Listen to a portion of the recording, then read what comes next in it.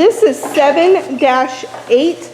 She is lot number 6. This is a gilt that is so pretty from the side profile. She's clean jowled, clean up through that front end. She's tall shouldered. She's level down that top line, really correct out through that hip and hind leg. You really like her. She's one you could just watch go and float from the side profile all day long. You get behind her, she's square made at the ground. Really good in terms of that center rib dimension as well. Yeah, she's still a notch green today, but I really like that for Duroc gilts. She to me reads as one that's going to be an easy feeding, easy doing fun gilt as we get up into these upper weight classes. Coming next, this is 7-5. That would be her sister, lot number 5. It's the gilt that's there in the middle. And guys, I think this gilt is one compared to her sister, maybe comes in a notch smaller package, but still tall shouldered, really clean up through the front end, maybe a little more further along in that maturity pattern today. Look how square top she is. She's wide down that loin edge, really correct out through that hip and hind leg, sets those feet down. She's really good in terms of her center body dimension. This is a gilt that I consider like she combines both that natural mass and dimension with that really cool show ring look as well. I really like this gilt, and this is one I have on my short list. I think will be a lot of fun to get out and show come this summer. Okay.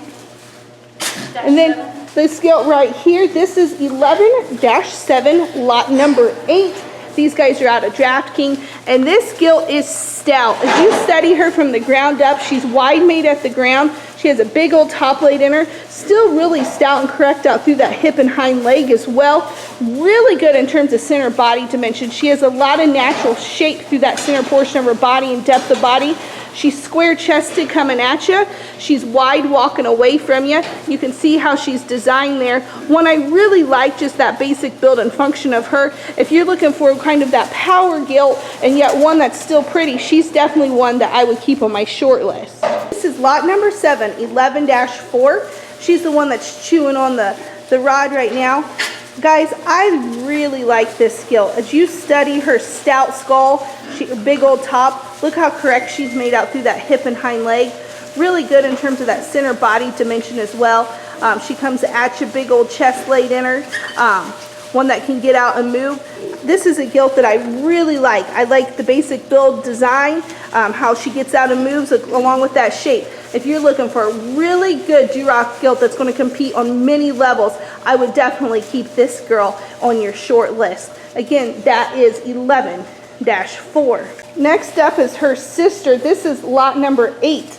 11-7. Again, these two gilts are very close, 2 peas in a pod almost. This gilt is one that you love her from the side profile. As you study her, she's tall shouldered, really stout skulled.